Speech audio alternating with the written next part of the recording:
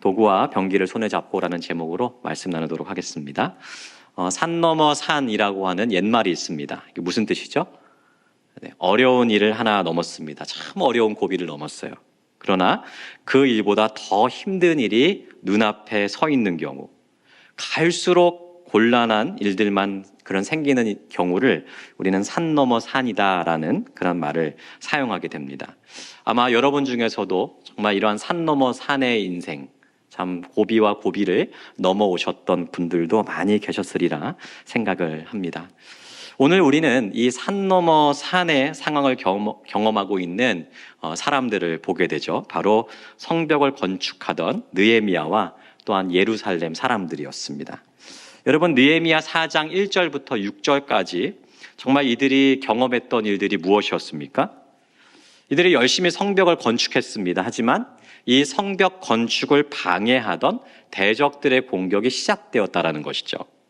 산발락과 도비아로 대표되는 방해꾼들이 예루살렘 사람들의 성벽 건축을 방해하기 시작했습니다. 먼저 그들 어떻게 방해했죠? 조롱하기 시작했어요. 너희는 참 별 볼 일 없는 사람들이다. 너희가 그렇기 때문에 너희가 짓고 있는 이 성벽도 굉장히 별 볼 일 없을 거다. 열심히 한번 건축을 한번 해봐라. 열심히 한번 해봐. 아마 여우 한 마리만 올라가도 다 무너져 내릴 거다. 너네는 지금 아주 헛수고를 하고 있는 거다. 조롱했어요. 비웃었습니다. 그들이 예루살렘 주민들을 향해서 했던 공격은 일종의 심리전이었죠. 주민들을 조롱하고 비웃고 협박해서 사기를 떨어뜨렸어요. 그리고 스스로 성벽 건축을 중단하도록 그러한 일종의 심리전으로 그들을 조롱하고 비웃었다는 거죠. 하지만 이들의 공격에 느헤미야는 넘어지지를 않았습니다. 오히려 하나님 앞에 기도했죠. 공의의 하나님, 정의로우신 하나님 앞에 간절하게 기도하면서 자신들의 상황을 돌아봐 주시기를. 주님, 우리는 힘이 없습니다. 그래서 이들이 조롱하는 이 모든 조롱과 비웃음을 다 당할 수밖에 없지만, 이 조롱 앞에서 우리는 그냥 묵묵히 일할 수밖에 없지만, 정의로우신 하나님께서 이 모든 악행을 다 갚아주시기를 간절히 기도했다는 것이죠. 이러한 느헤미야의 기도에 힘을 얻은 예루살렘 주민들은 다시금 힘을 내기 시작했어요. 그래서 그 결과가 어떻습니까? 6절 말씀 같이 읽어보겠습니다. 이에 우리가 성을 건축하여 전부가 연결되고 높이가 절반에 이르렀으니 이는 백성이 마음 들여 일을 하였음이라. 모든 주민이 다시 한번 마음을 다잡고 마음을 들여서 도구를 손에 잡고 성벽 건축을 다시 시작했습니다. 그 결과 어떤 일이 벌어졌죠? 절반이나 성벽 건축이 이루어졌어요. 대단한 거 아닙니까, 여러분? 네, 별로 안 대단하게 생각하시는 모양인데 대단한 겁니다. 네. 이렇게 예루살렘 주민들을 향한 대적의 방해가 끝이 나는 것 같았어요. 이제는 다시금 성벽 건축에 박차를 가해서 이제 성벽이 어느 정도 이제 딱 절반 정도 모습이 갖추어지기 시작했고, 이제 큰 산을 하나 넘었으니까, 그죠? 이제는 목적지에 도달할 수 있겠다. 다 지을 수 있겠다. 희망찼어요, 마음 가운데. 근데 여러분, 큰 산을 하나 넘었다라고 생각되는 그 순간, 이제는 목적지에 다다라서 이제는 다 끝났다. 이제는 거의 끝났다라고 생각된 그 순간 예루살렘 주민들에게 어떠한 일이 일어났습니까? 7절, 8절 읽어보겠습니다. 산발락과 도비아가 아라비아 사람들과 암몬 사람들과 아스돗 사람들이 예루살렘 성이 중수되어 그 허물어진 틈이 메꾸어져 간다 함을 듣고 심히 분노하여 다 함께 꾀하기를 예루살렘으로 가서 치고 그곳을 요란하게 하자 하기로. 예루살렘 주민들을 조롱하는 것에서 이 방해를 그쳤을 것이라 생각했던 대적들이 이제는 어떻게 합니까? 직접 주민들을 공격하기로 마음을 모았다는 거예요. 이제 심리전으로 안 된다. 약 올리는 걸로는 안 된다는 거죠. 이제는 직접 그들을 직접적으로 공격해서 억지로라도 이 성벽 건축을 중단시켜야 되겠다. 이것이 성벽 건축을 막는 대적들의 새로운 계략이었습니다. 자, 여러분, 어렵게 산을 하나 넘었어요. 아주 큰 산을 하나 넘고 이제는 다 되었다. 이제는 거의 이제 중간 정도 지었다. 다 되었다라고 생각되는 그 순간 그들 앞에 또 어떤 일이 벌어진 겁니까?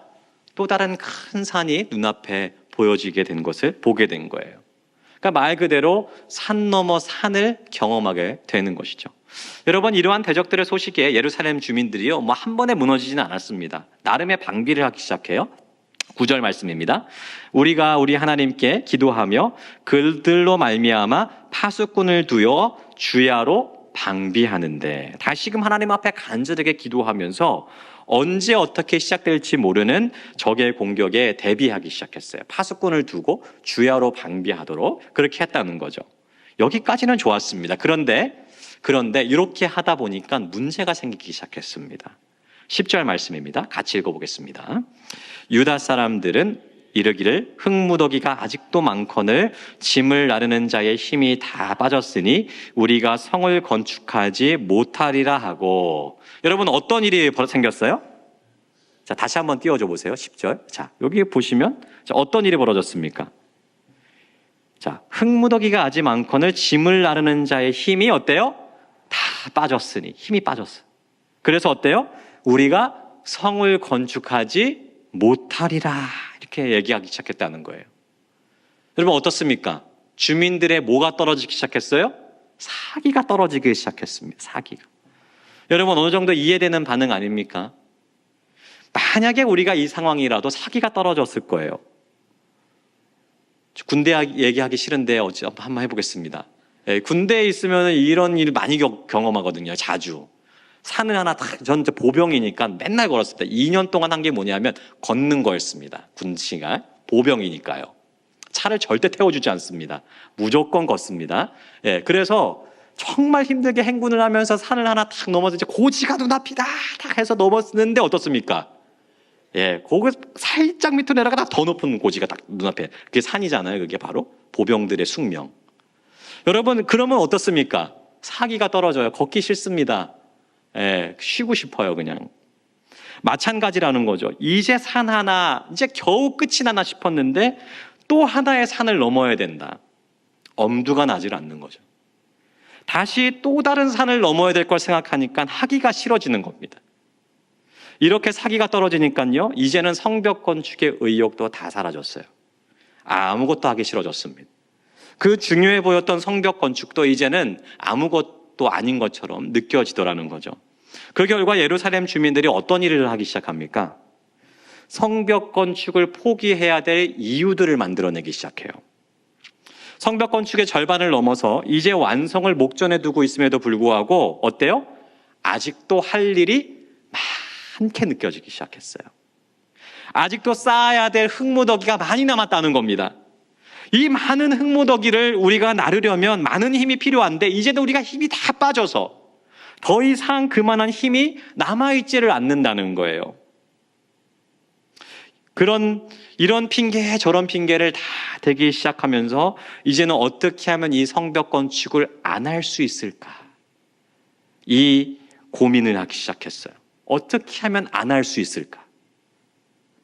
이렇게 사기와 의욕에 떨어지고 하지 않아야 될 이유들을 만들어내기 시작하니까요, 더 큰 어려움들이 닥쳐오기 시작했습니다. 11절, 12절 읽어보겠습니다.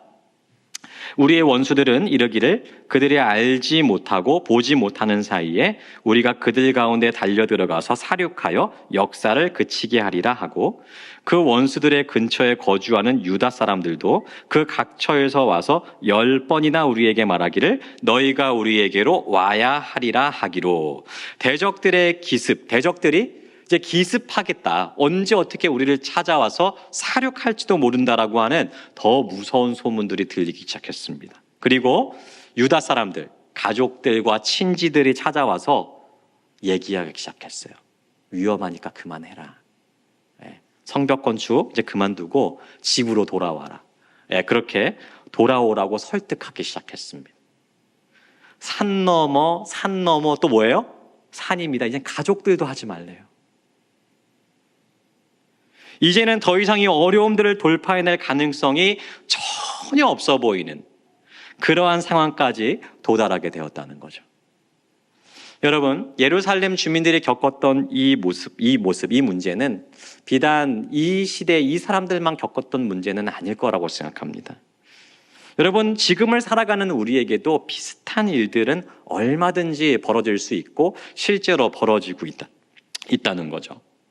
여러분, 하나님 나라 백성에게는요, 반드시 대적들의 공격이 찾아온다는 것이에요. 여러분, 마귀가 우리를 공격할 때 우리가 하나님 나라 백성답게 내가 살아내겠다, 하나님의 뜻대로 살아내겠다, 하나님이 나에게 주신 비전과 사명을 내가 온전히 이루어 가겠다라고 마음을 먹고 열심히 하다 보면 어떻습니까? 처음에는 마귀들이 마음 가운데 온갖 시험거리들을 마음 가운데 다 불러일으킵니다. 조롱 듣기도 하고 비웃음 듣기도 하고 여러 가지 걱정되는 상황들, 또한 우려되는 상황들에 대한 그러한 여러 가지 마음의 불안한 마음들을 잔뜩 심어놓습니다. 그래서 우리로 하여금 하나님의 일을 자연스럽게 포기하도록 만든다는 거죠. 하지만 여러분, 우리가 겨우겨우 마음을 다잡잖아요. 하나님 앞에 열심히 기도하면서 주님, 정말 이 마음을 다시 한번 주님 앞에 올려드립니다. 저로 하여금 다시금 결단하셔서 이 일을 끝까지 완수하게 해주십시오. 정말 그렇게 기도해서 다시금 마음을 다잡고 정말 이 하나님의 일들을 다시 한번 심기일전해서 하려고 하면 또 어떻습니까? 이제는 마음을 공격하지 않아요. 실제적인 그런 공격들이 우리의 심령과 우리의 삶 가운데 찾아온다는 거죠. 실제적인 어려움들, 곤란한 일들, 고난에 처하는 일들, 그러한 일들을 우리 가운데 자꾸 신겨놓는다는 거죠. 마치 산발락과 도비아가 군사를 모아서 예루살렘 주민들을 공격하기로 마음먹었던 것처럼 우리에게도 많은 실제적인 어려움들이 찾아올 수 있다는 것이에요. 여러분, 내 안에요, 하나님 나라의 성벽을 쌓아가는 것이 우리의 소망이잖아요. 그죠? 맞으시죠? 하나님이 통치하시고 나는 그 하나님의 통치에 순종하면서 하나님의 나라를 내 안에 이루고 하나님의 사명과 주님의 비전을 이루어가는 것이 우리가 가진 소망이에요. 여러분, 그 소망을 이루기 위해서, 그 사명을 이루기 위해서 우리는 우리의 삶 가운데 하나하나 이 성벽, 이 벽돌을 쌓아가는 겁니다. 그래서 많은 것을 다짐하죠. 하나님의 말씀대로 살아내야지. 어떤 어려움 속에서도, 어떤 고난 속에서도 포기하지 말고 하나님의 말씀대로 살아내고 하나님이 나에게 주신 그 사명, 하나님이 맡기신 정말 그 하나님 나라의 일들을 내가 절대 포기하지 말고 승리해야 되겠다. 그렇게 다짐하고 또 다짐합니다. 하지만 여러분, 그 다짐 속에서 여러 가지 시험들과 어려움들, 낭망되는 순간들이 우리 가운데 찾아오게 되면 사기가 떨어져요. 의욕이 사라집니다. 그래서 어떻습니까? 전에 했던 다짐들, 열심들 다 사라져요. 이제는 그래서 어떻게 하면, 고민이 바뀌어요. 이제부터는 어떻게 하면 하나님 나라의 일을 더 잘할 수 있을까를 고민하던 내가 어떻습니까? 어떻게 하면 이제 안 할 수 있는가? 네. 어떻게 하면 자연스럽게 포기할 수 있나? 어떻게 하면 자연스럽게? 어떻게 하면 그만할 수 있나? 어떻게 하면 내가 안 하던 그 이전으로 자연스럽게 돌아갈 수 있을 것인가? 그 고민을 하기 시작한다는 거예요. 남은 흙무더기가 너무 많아 보여요. 그 흙무더기를 나르기에는 내 힘이 너무나도 약한 것처럼 느껴요. 그래서 이제는 다 포기하고 이전처럼 편하게 살고 싶습니다. 포기해야 될 수많은 이유와 핑곗거리들이 어때요? 막 생겨나기 시작합니다. 예. 여러분, 이것이 우리의 숙제이고 문제라는 거죠. 많은 시험들과 어려움들과 고난 속에서 우리를 낙심시키는 일들이 매번 벌어진다는 겁니다. 하나님의 뜻을 이루고 하나님의 사명을 이루는 것이 우리의 소망이고 그 열심으로 살아왔는데 이제는 어떻습니까? 우리의 사기와 마음을 다 꺾어놓는 그러한 마귀의 시험들과 공격들이 우리 가운데 생겨나게 된다는 거죠. 이것이 하나님 나라 백성들이 끊임없이 경험해야 될 산 넘어 산의 인생이라는 거예요. 산 넘어 산. 요거 하나 넘으면 되겠지? 아니, 또 산이 있고. 요거 하나 넘으면 되겠지? 또 산이 있고. 이것이 어떻게 보면 우리가 살아가고 있는 하나님 나라 백성의 삶의 굴레가 아닐까, 그런 생각들을 해보게 되는 것이죠.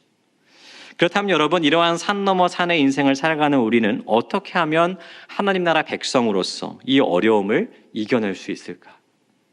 저는 오늘 느헤미야가 이 큰 어려움 앞에서 보인 이러한 반응과 태도가 우리에게 많은 도전을 주고 있다라고 생각합니다. 특별히 14절에 기록된 느헤미야의 선언을 보시면요, 이 어려움에 봉착한 우리가 가져야 될 태도가 무엇인지에 대해서 가르치고 있습니다. 우리 14절 말씀 같이 한번 보도록 하겠습니다.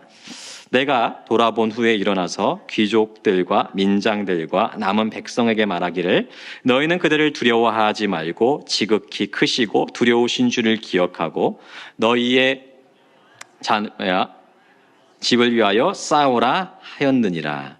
오늘 말씀의 요절입니다. 요절. 외우세요. 오늘 말씀의 요절 아주 중요한 말씀입니다. 여러분 14절 느헤미야의 권면인데요. 여기서 세 가지로 우리가 이 권면을 나누어 볼 수 있습니다. 세 가지로. 첫째는 두려워하지 말라. 둘째는 기억하라. 셋째는 싸우라라는 것이에요.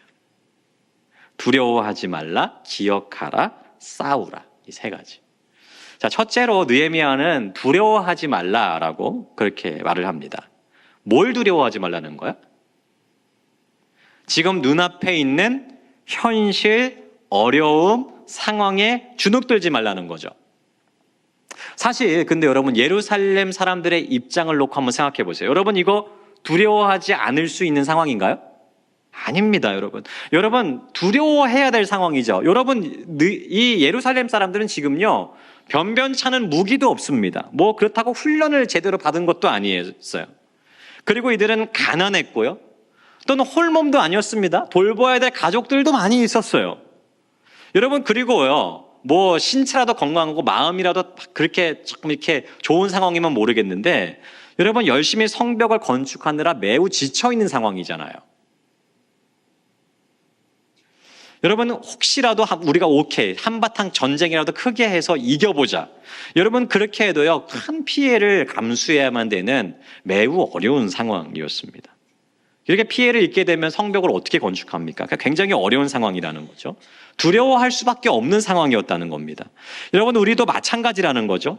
우리가 하나님의 뜻을 선택했을 때 찾아오는 손해와 어려움들이 눈앞에 보인다면 우리의 마음은 두려울 수밖에 없습니다. 불안하고 초조할 수밖에 없어요. 근데 여러분 오늘 말씀에서 느헤미야는 무엇이라고 얘기하냐 하면 두려워하지 말라. 너희 앞에 두려운 상황들이 눈앞에 있다 할지라도 두려워하지 말고 염려하지 말라라고 얘기해요. 근데 여러분 한번 생각해 보십시오. 두려움이라는 것이 두렵지 말아야지 한다고 안 두려워지나요? 여러분 그렇다면 저는 100번이고 안 두려워할 수 있습니다. 여러분 오케이 두려워하지 말라고 해야죠. 두려워하지 말아야 되겠다. 염려하지 말아야지. 이렇게 생각하면 어떻습니까? 마음속에 두렵습니다. 여전히. 여러분 내가 두려워하지 말아야지라고 얘기한다고 안 두려워지는 게 아니에요. 그냥 감정이잖아요. 마음에. 사람의 감정이라는 게요. 명령한다고 바뀌는 게 아닙니다. 상황이 바뀌어야 바뀌죠. 어떻게 두려워하지 말아야지 마음 먹는다고 안 두려워집니까? 그렇기 때문에 느헤미야의 두 번째 권면이 중요한 거죠. 여러분 느헤미야가 권면하는 두 번째 자세가 뭐죠? 기억하라는 거예요. 기억하라. 여러분 뭘 기억하라는 겁니까? 무엇을?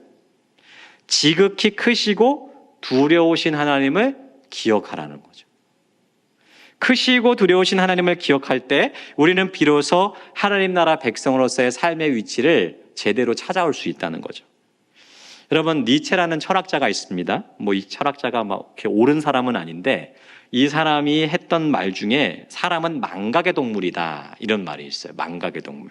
그러니까 많은 정보, 경험, 지식들이 우리의 머리와 마음속에 이렇게 들어오지만 어때요? 그만큼 잘 잊어버린다는 거죠. 여러분 망각이라고 다 나쁜 건 아닙니다. 우리가 잊어버려야 될 기억들도 있어요. 그렇죠? 안 좋은 기억들 있잖아요. 우리 때로는 힘든 기억들, 상처들 이런 것들은 어때요? 빨리 잊어버릴수록 유리합니다.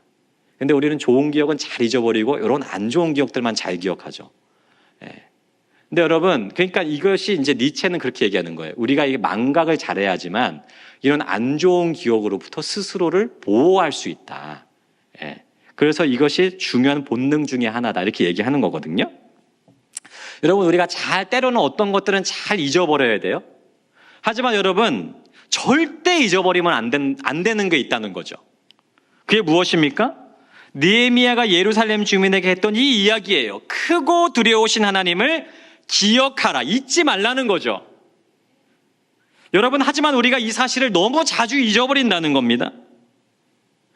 세상에 여러분, 우리가 하나님이 크시고 두려우신 하나님이시라는 사실을요, 우리 너무 잘 알고 있어요. 너무나도 잘 알고 있죠. 세상에 하나님보다 큰 존재가 없고 하나님보다 강한 존재가 없고 우리의 인생을 좌지우지할 수 있는 것은 세상의 그 어떠한 권력자도 아니고 힘도 아니고 오직 하나님 한 분뿐이라는 사실을요, 우리 누가 가르쳐주지 않아도 잘 알고 있어요. 하지만 내 눈앞에 거대한 산이, 큰 산이 놓이게 되는 그 순간 우리 어떻습니까? 너무나도 잘 기억하고 있었던 그 사실을 잊어버립니다. 망각해버려요. 오히려 기억해야 되는 건데 이거를 잊어버린단 말이죠. 그리고 내 눈앞에 있는 그 태산 같은 현실이 내 인생을 좌지우지할 것처럼 그렇게 두려워하고 염려하게 되기 시작합니다. 하지만 느헤미야가 우리 가운데 이야기하는 것이 무엇입니까? 두려워할 것은 세상이 아니라는 거죠. 두려워할 것은 내 눈앞에 있는 태산 같은 현실이 아니라는 거죠. 나로 하여금 내가 두려워해야 될 것은 세상이 아니라 나로 하여금 하나님 나라 백성임을 포기하도록 만드는 그 어떠한 상황과 현실이 아니라 우리가 마땅히 두려워하고 마땅히 의지해야 될 분은 오직 크신 하나님, 두려우신 하나님밖에 없다라고 이야기하고 있는 거예요. 사랑하는 여러분, 어떻습니까? 우리는 누구를 두려워하고 누구를 붙잡으며 살아가고 있습니까?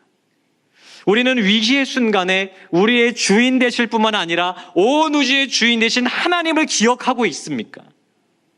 내 눈앞에 있는 현실을 모면하기 위해서 이 핑계 저 핑계 대고 있는 우리에게 오늘 말씀 분명하게 이야기하고 있다는 거예요. 내 눈앞에 있는 현실보다 크신 하나님, 그 하나님을 바라보라는 거예요. 그 하나님과 했던 그 약속, 그 하나님과 했던 그 다짐을 잊지 말고 세상을 두려워하지 말고 오히려 세상보다 크신 하나님을 바라보는 그 하나님을 기억하라라고 오늘 말씀 분명하게 우리에게 명령하고 있습니다. 이것이 오늘 말씀 우리에게 이야기하는 강력한 권면이에요. 사랑하는 여러분, 우리가 크신 하나님, 두려우신 하나님을 기억하지 못하면 우리의 마음 가운데 반드시 두려운 마음들이 생겨나게 될 수밖에 없어요. 두려울 수밖에 없습니다. 그리고 어떻게 하면 하나님 앞에 했던 그 다짐들 어떻게 하면 안 할 수 있을까? 그 고민을 하기 시작해요. 하지만 우리가 크신 하나님을 기억하면 그 하나님을 경외하기 시작하고 다시금 두려워하기 시작하면 더 이상 세상이 두려워지지 않습니다. 눈앞에 산이 더 이상 산처럼 보이지가 않아요. 그래서 오늘 말씀을 통해서 다시 한번 내 눈앞에 있는 그 산보다 더 크신 하나님을 기억해낼 수 있는 우리 모두가 되기를 주님의 이름으로 축복합니다. 마지막으로 느헤미야는 싸우라라고 말합니다. 이 말은 뭐 전쟁을 하자, 우리가 먼저 그 사람들을 공격해서 후환을 없애자, 그 말이 아니에요. 이 말은요, 우리가 두려워하지 않을 뿐만 아니라 이제는 일어나서 하던 일을 계속하자, 이 말이에요. 그러니까 쉽게 말하면은 대적을 두려워해서 그 자리 가운데 그냥 머물러 있을 것이 아니라 해왔던 성벽 건축을 계속 하자는 거죠. 근데 왜 느헤미야는 성벽 건축을 싸운다는 말로 표현할까요? 그만큼 앞으로 해야 될 성벽 건축이 전쟁하는 것처럼 힘든 일이 될 것이기 때문이에요. 왜 더 힘들어지죠? 언제 어떻게 쳐들어오게 될지 모를 대적들을 방비하면서 성벽 건축을 해야 되잖아요. 전에는 성벽 건축만 하면 됐는데 이제는 방비도 하고 건축도 해야 되니까 어때요? 이중으로 일을 해야 되죠. 그러니까 일이 더 힘들잖아요. 그러니까 느헤미야는 이 일이 더 힘들어질 것이니까 전쟁하는 것처럼 싸우자라고 말을 하고 있는 거예요. 그렇기 때문에 여러분, 이후로 예루살렘 주민들이 어떻게 성벽 쌓는 일을 계속하게 되죠? 17절, 18절 읽어보겠습니다. 성을 건축하는 자와 짐을 나르는 자는 다 각각 한 손으로 일을 하며 한 손에는 병기를 잡았는데 건축하는 자는 각각 허리에 칼을 차고 건축하며 나팔 부는 자는 내 곁에 섰었느니라. 여러분 어떻게 합니까? 한 손에는 도구를 잡고 한 손에는 병기를 잡았다는 거죠. 여러분 이 말이 의미하는 게 무엇일까? 여러분 우리가 하나님 앞에 열심히 하나님 나라의 일을 계속 하되 어떻게 해요? 지키라는 거예요. 무엇을 지키라? 내 심령과 마음을 지키라는 겁니다. 여러분 한편에 우리가 열심히 주님의 일을 하다 보면은 어떤 생각을 하게 되냐면요. 내가 뭐든지 주님을 위해서만 열심히만 하면 되면 하기만 하면 내 마음과 심령은 알아서 지켜질 거다. 그 생각을 많이 합니다. 그래서 내 마음은 지킬 생각은 하나도 안 하고 열심히 사역에만 집중하는 경우들이 있어요. 물론 여러분 좋은 일이지만 또 열심히 해야 되지만 여러분 알아서 내 심령과 마음이 지켜지는 건 없어요. 누구보다 열심을 내고 누구보다 열심히 우리가 주님의 일에 뛰어들어야 되지만 또 한편 내 마음과 심령을 계속해서 점검하고 지켜가야 된다는 거죠. 여러분 우리 주변에도 보지 않습니까? 그렇게 열심히 사역하던 사람이 어느 순간부터 교회에 안 보이는 사람들이 있어요. 그건 무엇이죠? 자기 마음을 지키지를 못한 거예요. 그렇기 때문에 우리가 게을리하지 말아야 될 것은 무엇이냐면 누구보다 열심히 하나님의 일을 감당하지만 더불어서 내 마음의, 내 영혼의 상태가 어떠한지를 계속해서 점검하고 지켜나가야 된다는 것이에요. 여러분 겉으로 보기에는 정말 내가 너무나도 평범하고 제대로 된 삶을 살아가고 있는 것 같지만 하나님의 말씀을 비추어 봤을 때 내 영혼이 병들어가고 있는 상태일 수 있다니까요. 그렇기 때문에 어때요? 면밀하게 내 영혼과 심령을 살피면서 그렇게 나의 일상을 살아가야 된다는 거죠. 한 손에는 도구를 들고 한 손에는 병기를 들고 열심히 하나님 나라의 일을 하지만 어때요? 병기를 들고 하나님의 말씀과 기도로 또한 정말 날마다 하는 그러한 경건 생활로 내 마음과 심령을 계속해서 지켜가야만 된다는 것입니다. 여러분 실상 한 손에 무기를 잡고 도구를 잡는 거 쉬운 일이 아니죠. 어려운 일입니다. 그렇기 때문에 느헤미야가 이 일을 전쟁에 비유하고 있다고 말씀드렸죠. 여러분 심지어 느헤미야가 예루살렘 주민에게 어떤 명령을 내립니까? 그때에 내가 또 백성들에게 말하기를 사람마다 그 종자와 함께 예루살렘 안에서 잘지니 밤에는 우리를 위하여 파수하겠고 낮에는 일하리라 하고 밤에는 지키고 낮에는 일하고 밤에 잠도 못 자요. 여러분 칼을 차고 일할 뿐만 아니라 밤에도 파수꾼을 두어서 언제 어떻게 닥쳐올지 모르는 적의 공격에 대비하자는 거죠. 너무나 힘들고 어려운 상황 속에서 이 일들을 감당하고 있다는 거예요. 근데 여러분 다시 한번 이들이 마음을 다잡고요. 크고 두려우신 하나님을 기억하고 그 하나님을 의지해서 자신의 마음을 지켜가면서 한 손에 도구를 들고 한 손에 무기를 잡고 그렇게 다시금 하나님의 일에 뛰어들었더니 여러분 이제는 더 이상 그들 가운데 불평이 사라졌어요. 짜증내지 않고 묵묵하게 자신의 일들을 감당하기 시작합니다. 다시금 기쁜 마음으로 하나님 나라의 일들을 감당하기 시작합니다. 여러분 그들의 마음 가운데 기쁨이 회복됐어요. 크고 두려우신 하나님을 기억하고 자신의 마음을 견고하게 지키면서 그렇게 다시금 주님의 일에 뛰어들었더니 이제는 더 이상 하나님의 일이 짜증거리가 아니라 피하고 싶은 어떻게 이것을 피할 수 있느냐 그 핑곗거리를 더 이상 찾는 것이 아니라 이제는 다시금 기쁘게 감사하게 이렇게 주님의 사명들을 감당하게 되더라는 것이죠. 여러분 말씀을 정리하겠습니다. 사랑하는 여러분 이제 2023년이 시작된 지 9달이 넘었습니다. 시간 진짜 빠릅니다. 시간 진짜 빠르고 벌써 이제 10월 아마도 지금 2023년도 산 넘어 산에 정말 그러한 시기를 겪고 계시는 분들이 이 자리에 있을 거라고 생각합니다. 하지만 그럼에도 불구하고 우리가 낭망하지 아니하고 좌절하지 아니하고 사기가 꺾이지 아니하고 의욕이 꺾이지 아니하고 다시 한번 기쁨으로 설 수 있는 이유는 우리의 인생은 나 홀로 살지 않고 오히려 온 세상보다 크신 하나님께서 함께 하시기 때문입니다. 우리 마지막으로 20절 말씀 읽어보도록 하겠습니다.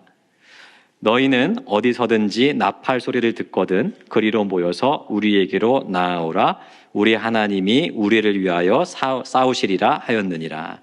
여러분, 이 대적의 공격 내가 싸우는 것처럼 느껴집니다. 하지만 여러분, 이 대적의 공격은 내가 싸우는 것이 아니에요. 내가 싸우는 것처럼 보이지만 실상은 우리 하나님께서 싸우시는 싸움입니다. 이 하나님의 싸우심, 하나님의 승리하심을 날마다 경험하고 누리며 감사와 기쁨으로 삶을 회복하는 우리 모두의 삶이 되기를 주님의 이름으로 축복합니다.